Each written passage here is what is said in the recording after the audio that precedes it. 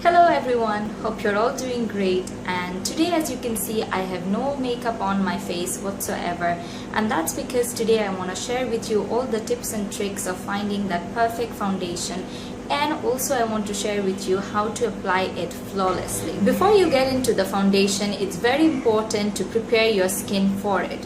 Now what that basically means is to clean your face thoroughly and moisturize it. Now I've already done those, so for me the next step is using a primer. Now if you don't have a primer, don't worry, you can easily replace this by using your regular moisturizer.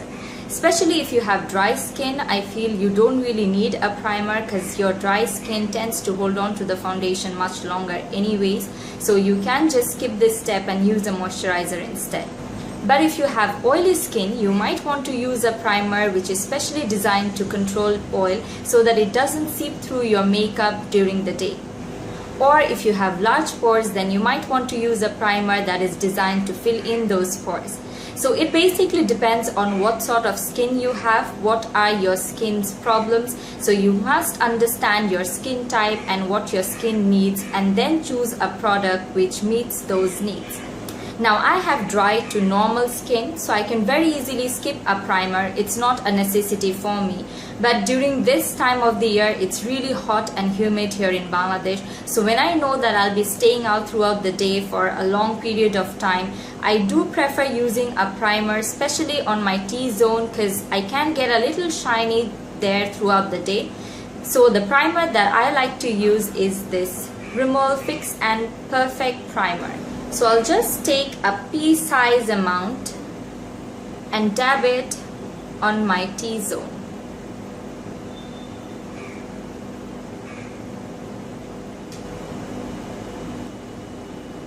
Now the primer that you choose also depends on the finish that you want. So if you want a matte look, you would want to go with a primer which has a mattifying effect. On the other hand, if you want a glowy, dewy look, then you should go with a primer that has that effect. So it kind of depends on what you want. So the next step is foundation. Now finding the perfect foundation for you depends a lot on understanding your skin type, what your skin needs. Now, do you have dry skin or oily skin, acne prone skin, or do you have lots of marks or dark spots that you want to hide? All of these factors plays a very important role in your perfect foundation. Now if you have dry skin, you should go for a foundation that has a dewy finish. On the other hand, if you have an oily skin, you should go for a foundation with a mattifying effect. Now if you have marks or spots that you want to cover up, I would suggest you not to make your foundation or expect your foundation to cover those up, because in that way you would end up using a lot of foundation and it would give you a cakey effect, which is not a good look to go for.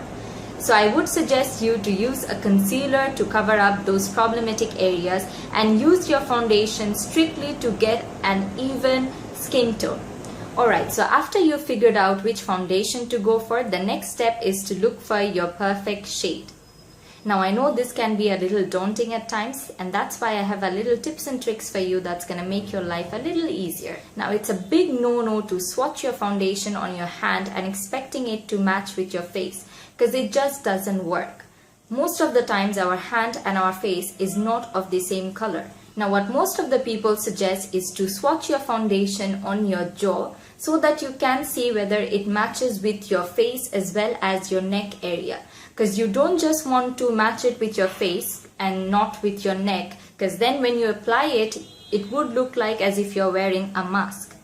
So now as you can see, my face is a little darker than my neck and my chest. So when I'm looking for a foundation, I try to match it with my neck so that when I apply it on my face, everything blends in seamlessly. Now the next step is to decide what to use the foundation with. So you can use your fingers, some sort of a sponge or a beauty blender, or my favorite, brushes. Now I prefer using these sort of brushes which are really densely packed and flat, because this helps to buff the foundation into your skin nicely and it doesn't leave any streaky marks or lines or anything on your face. So today I'll be using my L'Oreal True Match Foundation in the shade W5, and I'll be using it with my Real Techniques buffing brush. So pour a little on the back of your hand Then just stipple it on your brush and go ahead and stipple it on your face. I like to spread the foundation evenly on my skin first, and then I go ahead and buff it in.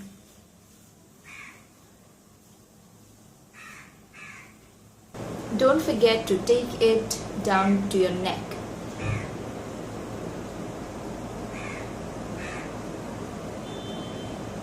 So now I'm done with my foundation.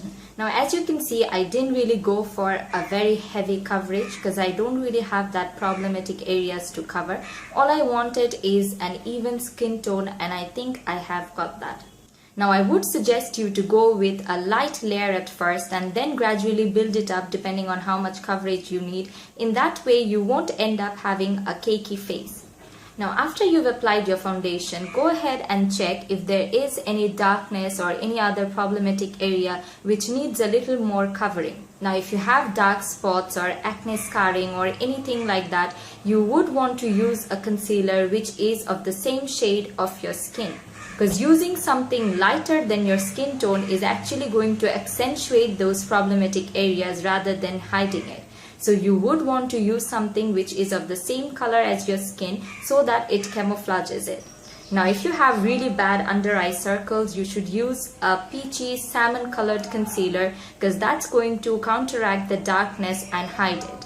Now if you don't have any major under eye darkness, then you can go ahead with a concealer which is a few shades lighter than your skin tone, because that's going to help to brighten up your under eye area and make you look more awake and refreshed.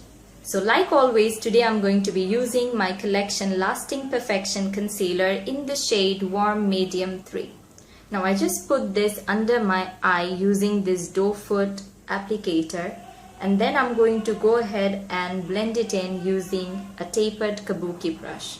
Create this triangular shape because that would really help to accentuate your cheekbones. Then to buff in the concealer, I am going to be using this tapered kabuki brush.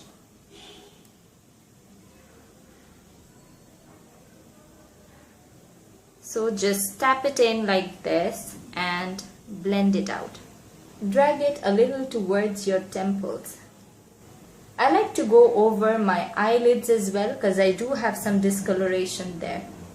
Now to set everything in place, use a powder of your choice, and today I'll be using my Rimmel Stay Matte Pressed Powder in the shade 05 Silky Beige. And I'll be using my Real Techniques powder brush to apply it.